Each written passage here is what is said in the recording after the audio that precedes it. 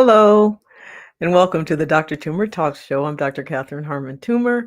I am a family medicine and community health physician and founder of Total Weight Care Institute and Your Light Wellness and Weight Care Physician Group. And I'm here uh, hoping you all can join in. And please let me know if you're listening. Say hello and let me know where you're listening from. Um, so I'm trying to see where. Oh, my Wi-Fi is a little unstable for some reason. This app is not picking up my Wi-Fi very well. So if I do start getting a little slower, getting a little wonky, I will come back. So just sit with me. Um, Hello, Marcia. Thank you for joining from Barbados. Um, so um, I am Dr. Catherine Toomer. I talk a lot about health, wellness, and weight loss. And I want to invite you all to subscribe to my YouTube channel. I'm trying to reach 5,000 subscribers by the end of the year. That's going to be my New Year's resolution, my Christmas present to myself. And I'm just hoping that you all can help me. And the way you can help me is by subscribing. If you're listening right now, that's at youtube.com/Dr. Toomer. Or you can pass my videos on to family members and friends and ask them to subscribe as well. I have had over 500 shares of my videos, thousands of hours of views, and thousands of people viewing even each week. And I would love to have that translate into followers. So thank you for your help, and I appreciate it. So today, what I'm going to talk about, though, is natural weight loss. I hear this thrown around a lot. People saying, I lost weight naturally. And often when I ask, well, what do you mean by you lost weight naturally? What they really mean is they just didn't get a prescription, but they're still using something. And so what natural really means is that you're using nothing other than what your body's given you. And essentially what that means is using your muscles and using your mouth. So when you lose weight naturally, what that means is that you've increased your muscle mass, you've increased your metabolism by using your muscle mass, and you've dropped your carbohydrate load or your glucose load on your body by dropping your carbohydrates, or at least the percentage of carbohydrates. That is essentially the only natural way you can lose weight. Now, if you are taking a substance of any kind, whether prescribed or not, whether a tea, a powder, a prescription, that is assisted weight loss. So any weight loss afforded from getting your health in order by using any substance at all is assisted weight loss. And there's nothing wrong with that. There's absolutely nothing wrong with that, as long as you understand that's what it is. Because honestly, and we often use the word natural as if natural means better. Arsenic is natural. Cocaine is natural, comes from a plant. Amphetamine is natural, comes from a plant. Methamphetamine is natural, comes from a plant. Botulism, mushrooms that are toxic. Sugar is natural, and we know what sugar does. I talk about that a lot. And so something being natural doesn't necessarily mean it's good. And in fact, often what happens is people use the word natural because it tricks us into thinking it's something good, when in fact it could be something dangerous.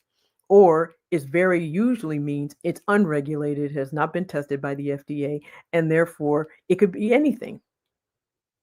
And so really what natural simply means when it's a substance that you're taking, what that means is it hasn't been tested for human consumption by the FDA. It has not been approved as being safe for human consumption. And so that's not necessarily a problem. Food is, it's called the Food and Drug Administration. The things you put in your mouth that are tested for human consumption go through the FDA. Not all. So even things that are over the counter have at some point been tested by the FDA to prove that it is safe for human consumption. It cannot be sold otherwise. And so, but often what happens is that you read the reports around the stuff that's being used, and it will say it was scientifically tested. It's a known to cause benefit to humans. And when you dig a little deeper, there is no mention of what the actual scientific tests have been. They're very vague, or they use a lot of flowery language, and it doesn't make a whole lot of sense if you understand statistics or epidemiology. The other is that they will say it contains a substance that's known to cause X, or it's known to give this benefit, but it doesn't actually tell you how much of it is in there or what else is in there. And so I'm going to talk a little bit about how you can determine if something is relatively safe and whether it's acting as a medication or if it's acting like a supplement, because that makes a difference. Um, so anything that is ingested, anything we put in our mouth has to be processed, and it has to be removed from our body in some way. Either it comes out in a bowel movement, it is detoxified by our liver, or it's flushed out from our kidneys. That's it. There's no other way to get rid of things that we put in our mouth or put in our system. So when something is unregulated, it could easily be toxic to our liver, or our liver becomes toxic from trying to remove it from our bloodstream. Or our kidneys, recognizing it as something that it shouldn't be in our body, will flush it out. And usually that flushing causes some level of dehydration or cell shrinking, which then leads to a drop in size or a drop in weight. And so it gives the impression of weight loss when in fact it's simply water loss. Um, when we know in medications there's certain amounts that cause benefit, and when you have beyond that amount, it is called toxic. It has toxicity. And so when it comes to unregulated teas and powders and other things, we really just don't know what's in them. However, there are some clues as to whether it is acting like a medication or if it's acting like a supplement.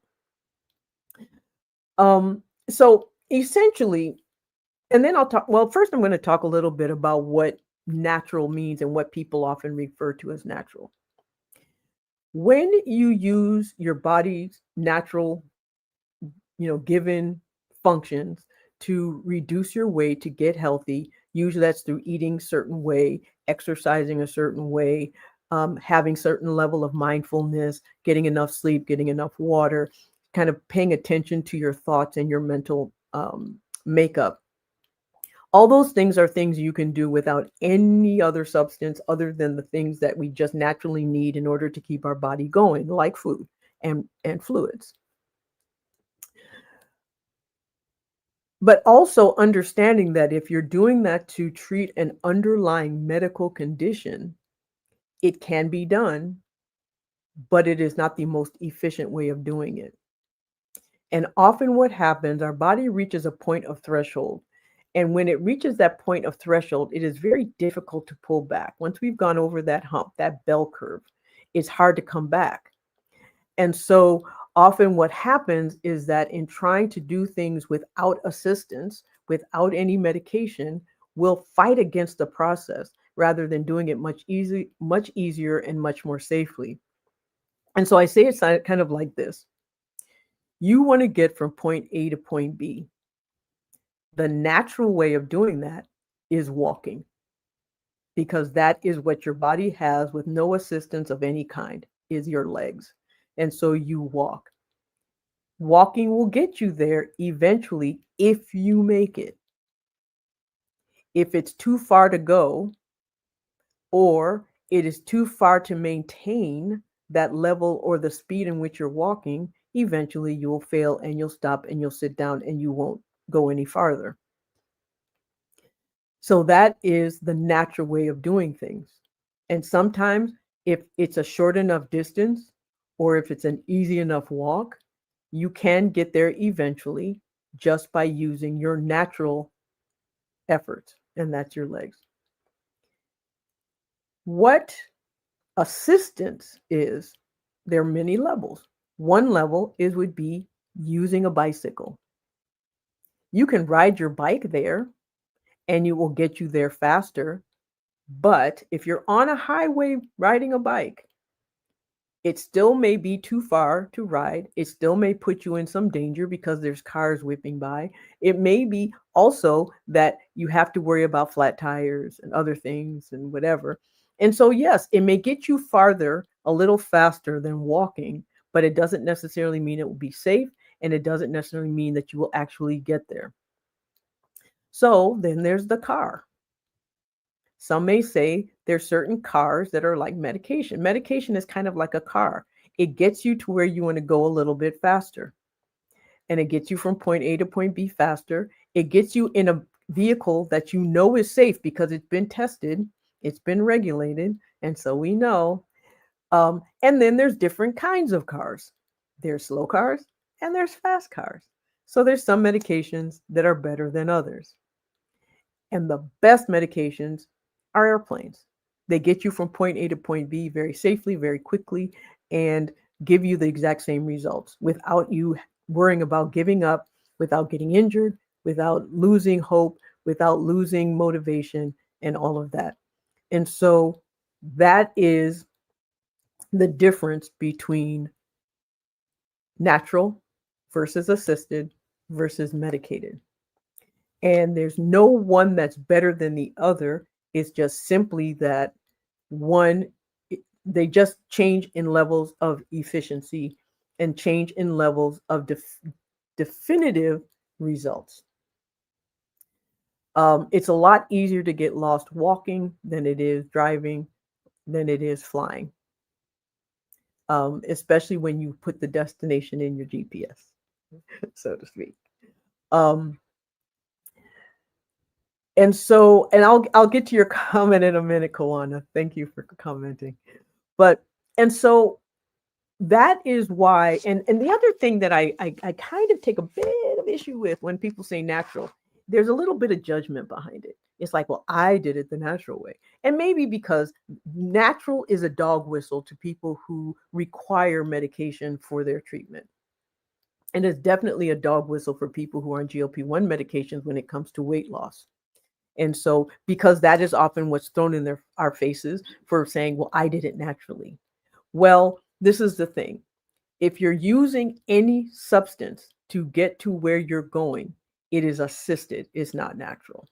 And natural means you're not using any other substance to get to your point. So, and there's nothing wrong with that. Like I said, that is absolutely fine because a lot of times these substances have good vitamins in them that we normally don't get. They have micronutrients that we are no longer in our food. And sometimes they're packaged in a way that makes it easier to take and makes us more motivated to take them. And if that improves your health, that is wonderful because whatever you have to do to get healthy, that is a good way of doing it. The only issue I have are two things. One is because, like I said, it's used kind of as a judgment. And number two, they're rarely cheap. Usually they cost a whole lot more than what we can do elsewhere and in other ways. But so when using any substance for any reason to get healthy that is not an FDA approved medication or a compounded medication that has been created by a pharmacist with using the exact same substances that are in prescribed medications that have been approved by the FDA, there's a few things you need to watch for. Number one, your liver enzymes. Before starting anything, you should have your liver enzymes checked. And then after about 3 months, have them checked again. If you see a change, then what you're doing may be the reason that your liver is fighting against, has to detoxify whatever it is you're taking. And therefore, that means there's something in that substance that is toxic, either because of the amount that it's in too high of an amount, or it has some additive that just really isn't for human consumption. And so often what I'll see is a normal low liver enzyme, and then rechecked will say a normal high liver enzyme. So that's why it's important to know your numbers, not just whether something's good or not. Or, yeah, my doctor said my numbers were good. Well, they may have been within normal range, but there can also be an abnormal change within that range. And so that's also important to know.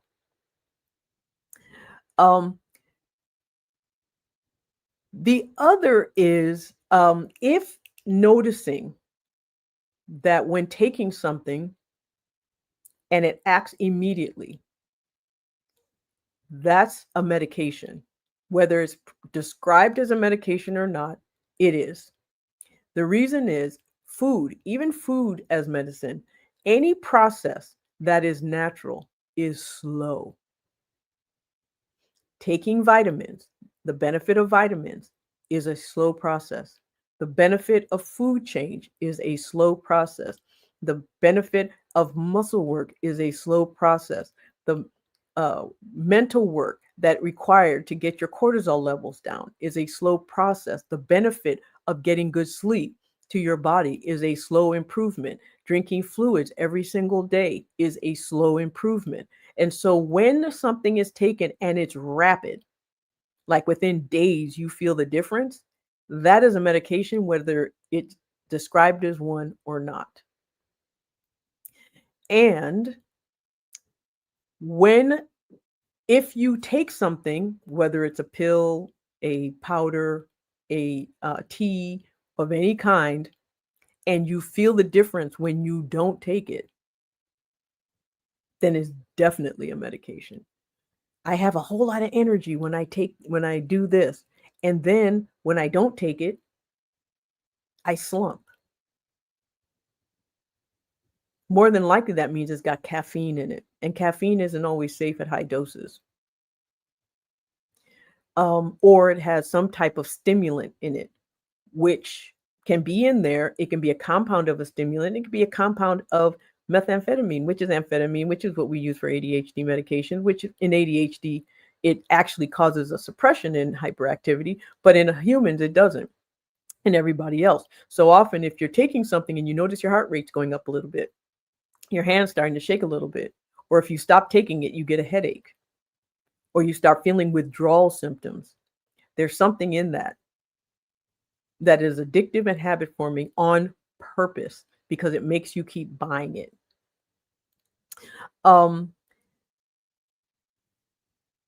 Compounds can be made to mimic just about anything. And if something doesn't come out of a pharmacy that is regulated in some way, either an 503A, 503B, FDA approved medication by prescription, it can really be just about anything. I know for a fact there was a substance being put out that had thyroid medication in it. Well, it was a thyroid compound mimicking thyroid hormone, which for someone who may have low thyroid, that's fine. But if you don't, it can cause all sorts of problems. But what it did do is it caused weight loss because our thyroid is our metabolism hormone. And so what it did is it knocked it straight up. And then there's other natural compounds, like there's other roots like ashwagandha that are mood stabilizers, so they can bring down cortisol. There's nothing wrong with that as long as you know it's in there, because it can interfere with other medications that you're taking. Or it can also have a withdrawal effect if you stop taking it and cause rebound depression. So again, natural simply means no assistance whatsoever. As soon as it's assisted, then it's not natural anymore. And there's nothing wrong with that. As long as you know what you're taking, you understand that the scientific studies that are being taught about may not be the scientific studies on that particular substance. It also understands that the benefits that are being touted may not be the actual substance that's in what's being taken, is just similar to it or in amounts that were never tried or tested. And so that's the reason why it's important to then understand, if you start noticing you're urinating a whole lot more when you're taking something, it's a diuretic. And basically all it's doing is pulling fluid out of your system and straining your kidneys. Get your liver checked, get your renal function checked, and know what every single substance is, including the fillers, are in whatever it is that you're taking to make sure that it's safe. Because like I said, there are many, many, many, many natural things that are toxic. There are a lot of natural poisons. Mushrooms are a good example. So I'm going to step off my soapbox for a minute, and if you have any questions, you can ask me them now. Um, there was one thing. Oh, that was the other thing I did want to repeat. If something acts immediately, it's a medication, regardless of how it's labeled. And I do want to repeat that because I often hear people say, "I take this and I feel great immediately. I feel great right away." Well, then it's some medication, even if it's not being touted as one, even if it's over the counter, because there are a lot of over the counter medications. We know this: Tylenol, ibuprofen, allergy medications. They were all once prescribed. They used to be prescription medications, and now they're over the counter. But we wouldn't call them natural because they're manufactured. So let me see here. So I have a little bit of an admirer I need to block. Someone who says they love me for some reason. Okay, I love me too. All right. Hi, all. I'm Marsha. Hi, Elizabeth. So Kwana has Price says, "Good evening, Dr. Toomer. It's funny your session is on this topic. I wanted something called black walnut for a cleanse for parasites. Do you know anything about this herb?" So there are natural things that can be used to cleanse the bowel for parasites.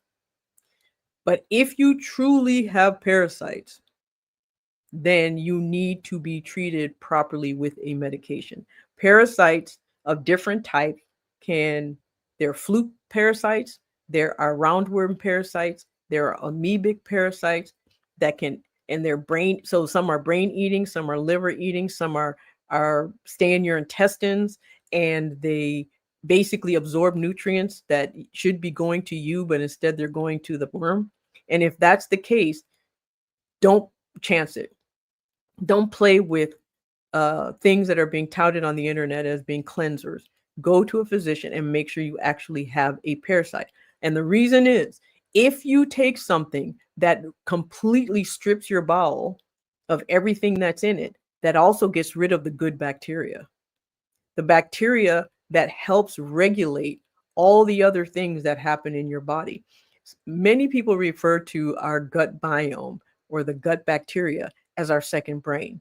You remove that brain and you basically end up in a situation where your body's dysregulated.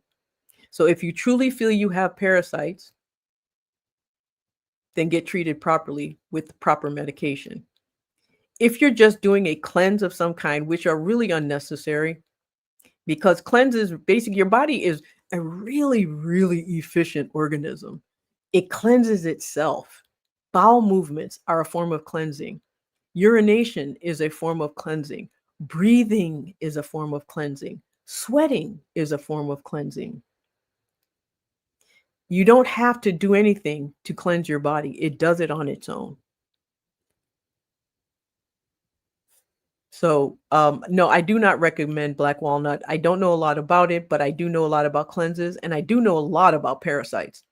You don't want to play around with parasites, and you don't want to and the thing is, unless it's so what cleanses do essentially is they push things out mechanically. That doesn't take care of the eggs that parasite may have laid.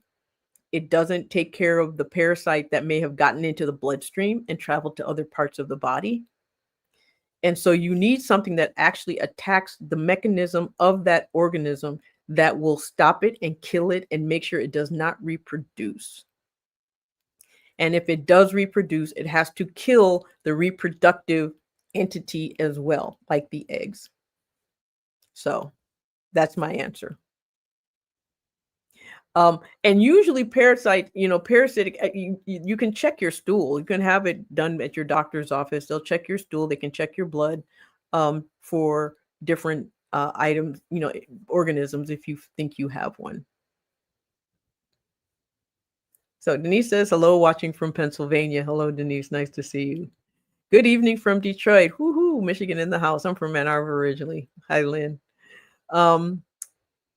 Do you treat sugar flour addiction with GLP-1s? Absolutely. So the reason that people are addicted to sugar and flour is because their brain needs carbohydrates to think that to regulate the rest of the body. It is our brain that tells the rest of the body what to eat and how to eat based on the signals it's getting. When there is insulin resistance, prediabetes, diabetes, the signal getting to the brain isn't getting to the brain. And so the brain says, okay, keep eating sugar, keep eating flour, keep eating bread. And so what GLP-1s do is it gets the signal into the brain so the brain stops sending the wrong signal to the rest of the body. So it immediately stops. I mean, well, GLP-1s start low and you titrate up at higher doses, and everyone has a golden dose. That golden dose means that all your symptoms are being controlled, your metabolic status has been corrected, and you still have an appetite to eat a regular diet and all the nutrients that you need. And so GLP-1s absolutely treat sugar and flour addiction because sugar and flour addiction is caused by glucose dysregulation, and GLP-1s are glucose dysregulating correctors. I hope that answers your question. Frederick Brown Adams says this is very informative. Excellent. Thank you so much. And thank you for listening. And if you haven't already, subscribe to my YouTube channel. Please go to my YouTube channel and subscribe. All of my videos, I have over 300 videos of lots of different topics.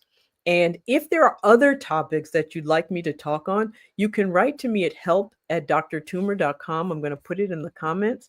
And you can give me, or questions even, because a lot of times those questions will end up as talking points for my Tuesday talks.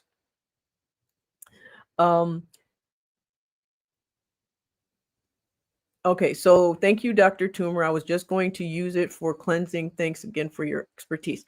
Just make sure that you check to see if there's any contraindication for using it for any reason, because a lot of times substances are really, really good in small doses, but in higher doses, they're toxic, or it can interfere with some medication. So if you're on medication, make sure you check to make sure that's not going to cause a problem. Denise says, question, I'm in maintenance on Zepbound 5 milligrams. Wonderful. I've been at the same weight. Recently, I caught a cold and my weight dropped after forcing myself to eat the same while sick. Wondering why? Because most of your energy went to recovery. And more than likely, you were resting. You were resting far more when you were sick than when you weren't. The other is depending on what you were doing, like drinking more or using substances like vitamin C, ginger, or zinc, or if you're taking anything for your cold, it can actually create a situation where your body, your metabolic status improves. The other thing, if you're taking any cold medicine in and of itself is an appetite suppressant. And so although you may have been forcing yourself to eat, you may not have been eating as many calories. So there's lots of different reasons, but usually they're recovery reasons. And your body just bounces right back once the cause is gone away. Deborah says, very informative. Thank you. And again, if you haven't subscribed to my YouTube channel, please go and do that. And what I'll do is put the link to my YouTube channel in the comments right after this video on Facebook. And if you're already on YouTube, you can just click on it and do that. So what is your opinion on NAD injections or capsules and Lipo-B and Lipo-C shots? Lipo-B and Lipo-C has not been proven to show any improvement whatsoever. It is not a naturally occurring substance that our body naturally needs. However, when it comes to NAD, that's not the case. We actually do need NAD. It's in our cells. It is what our body uses along with the byproducts of food to kind of go into a cycle that's inside our mitochondria, inside of our cells, the powerhouse of our cells, to create energy. And NAD starts to drop as we get older. It is not widely regulated, but it is beneficial. The pills are a little harder, the capsules, simply because NAD is a nucleic acid, which basically means it's a protein. And acid in our stomach, it is the most powerful acid in existence, hydrochloric acid, and it breaks down proteins very, very, very efficiently, which is why it's the first thing everything hits in our stomach. It hits when we eat because it's an acid that just breaks everything apart. And so, except fat, but that's another story for another day. So NAD, when taken as a pill, generally gets broken down. NAD injections are far more efficient and far more effective. Um, but we really don't know the amount that is effective, and that's the problem. And we really don't know the amount that is detrimental to individuals. And in full disclosure, I actually am on NAD because I get asked about it a lot, and I don't recommend anything that I can't use myself. I know that it's safe, and so the jury's out. I've only taken a couple of injections of it, but as I go along, I will report what's happening. But because it is the science is sound. Let me just put it that way.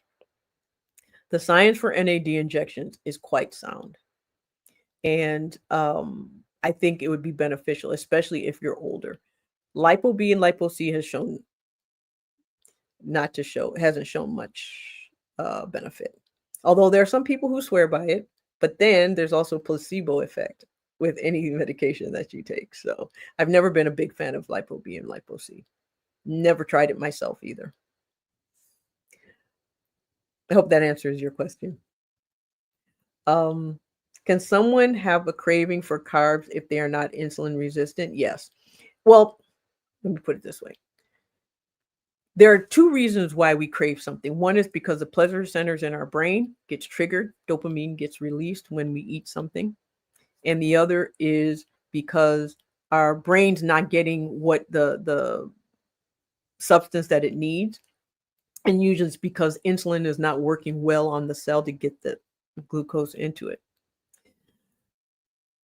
There are lots of reasons why someone can be insulin resistant. Not all of them is irreversible. So high stress, chronic stress can cause insulin resistance. And so by reducing your stress, you reduce your insulin resistance and therefore you reduce your craving for carbs.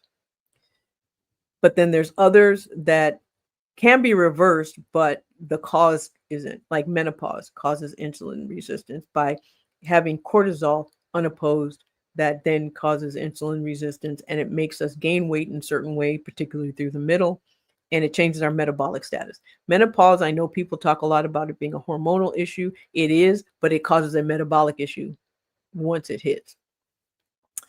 Polycystic ovary syndrome is another. A lot of people are walking around not knowing that they have it, and the only symptom is that they crave certain things. When they eat certain things, they gain weight very easily. Infertility is another issue. You often also get darkening around the mouth and hair growth in places that you wish you didn't. And so, but when you crave carbs, there's one of two things. It's either because it's hitting your pleasure centers, which can be there also with insulin resistance, and then insulin resistance. So acting like a diabetic will help reduce your cravings. And that means eating meals that are primarily protein, trying to keep your cortisol levels down through mindfulness, which basically means enjoying the world that's around you, trying to help relax, doing things like Pilates, yoga, meditation, prayer, whatever it takes, doing things you enjoy, being around friends, being around family, having a hobby, whatever it takes to kind of relax you.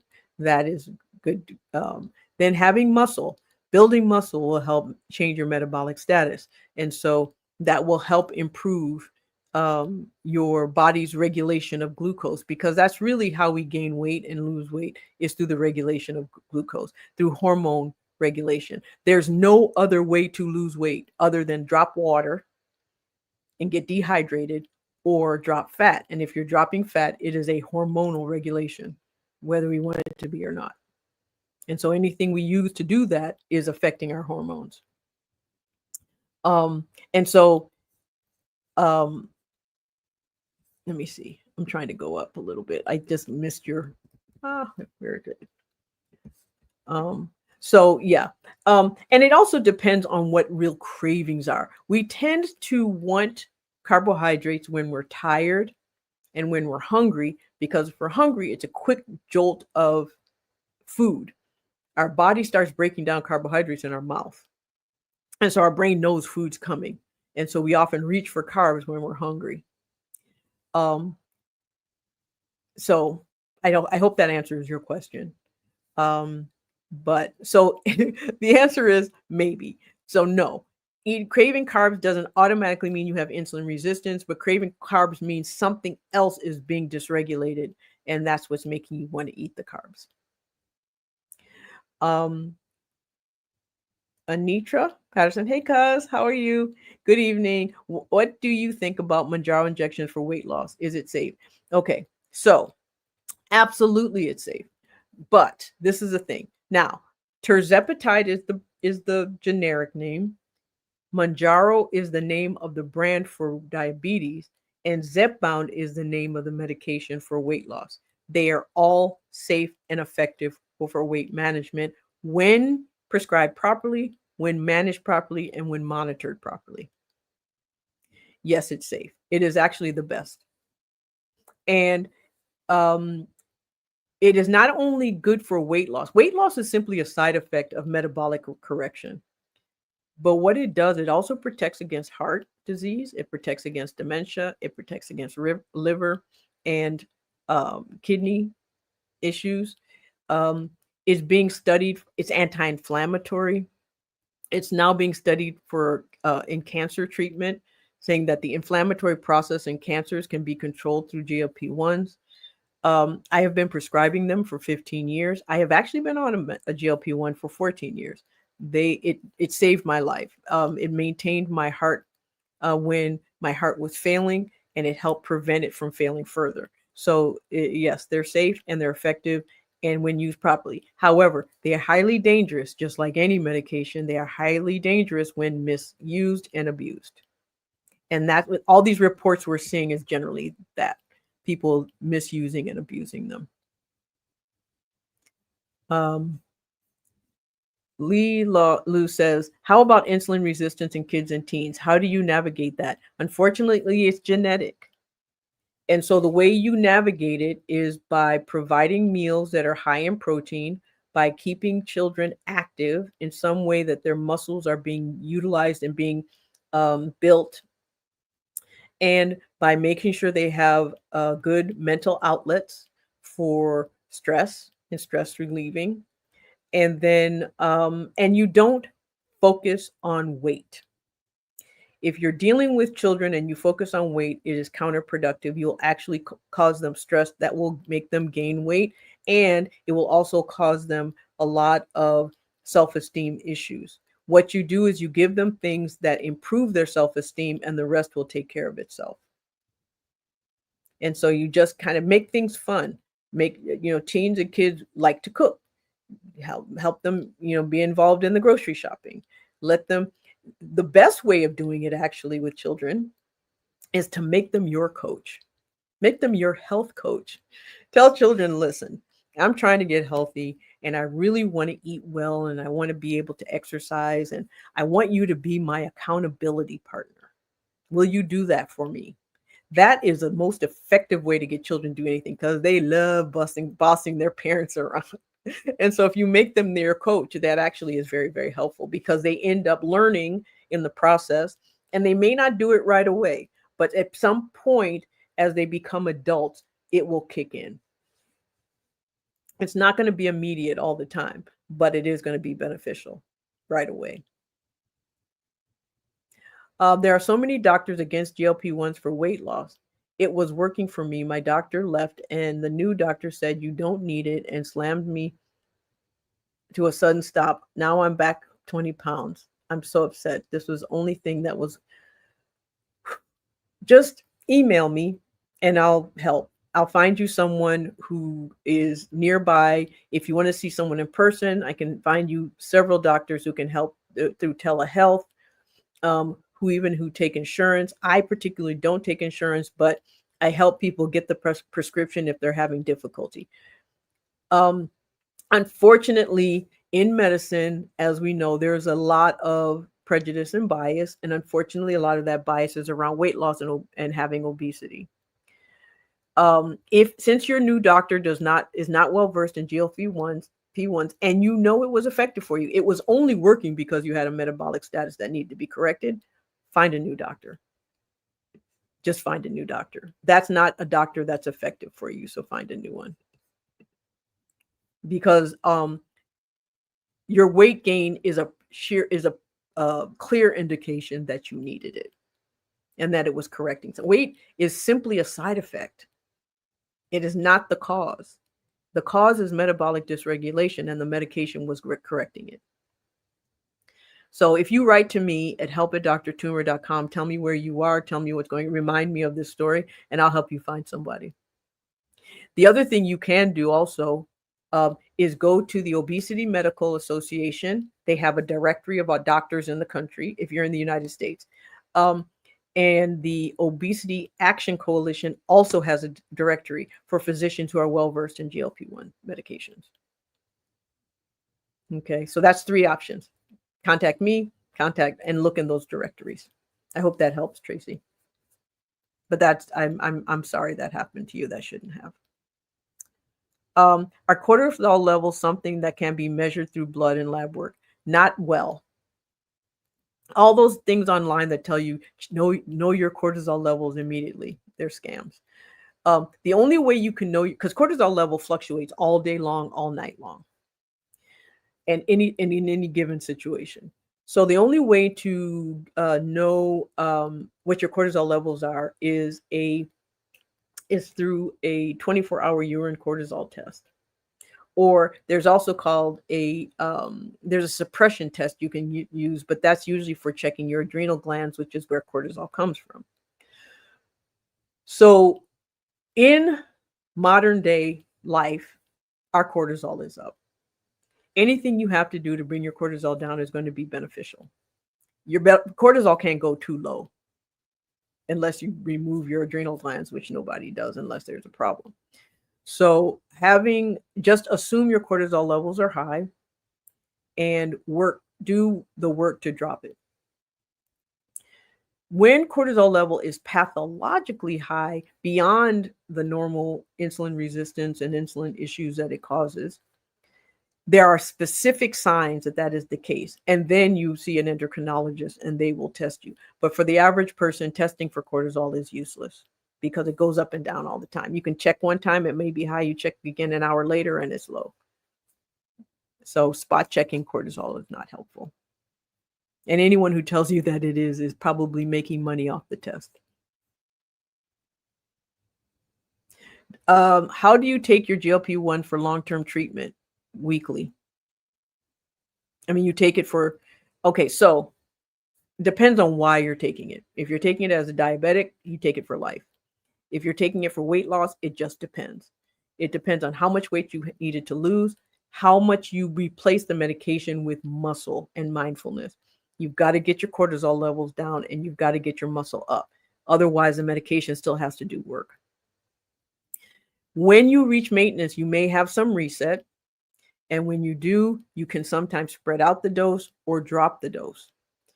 Knowing that, however, life changes that created the problem in the first place can come back. So if your stress levels go up, your dysregulation goes up right along with it. The medication won't be enough and you'll start to see some weight gain or some, glucose dysregulation. If you are in a stressful job and you have high cortisol, insulin resistance because of it, and you change jobs and all of a sudden your stress levels drop, well, then you may not have the insulin resistance because of the high cortisol anymore. And therefore the medication is no longer needed. It's the reason why people lose weight on vacation. It's because relaxation changes your cortisol levels, which changes what your body does with food. Because when your cortisol levels are high, your body automatically tries to make fat out of the food you eat, no matter how healthy it is.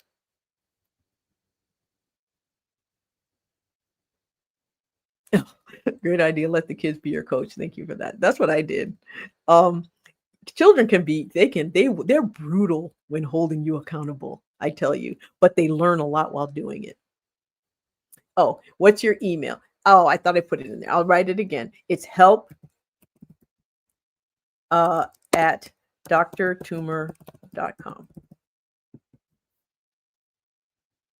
And you can send me questions, send me comments, just ask and I can help. That's why it's called Help at Dr. Tumor. Any other questions? Well, if you think of anything later, you can write to me at help@drtumor.com, or you can go after the video and put in the comments. Anyone who's written to me there knows I do respond. I check them. I have my notifications on, and so I do check. And I'd respond to them. And if you have topics that you'd like to ask me about, you or would like me to speak on, you can always tell me. And so yeah. So, and again, subscribe to my YouTube channel. That's where all my videos are. I have shorts from these videos, and then you can see the shorts. And then if you decide you want more, you can go to the longer video to watch it. All right. Well, again, thank you. Good night. And I appreciate you all being here. And I'll see you next Tuesday on Dr. Tumor Talks on Tuesday. Good night.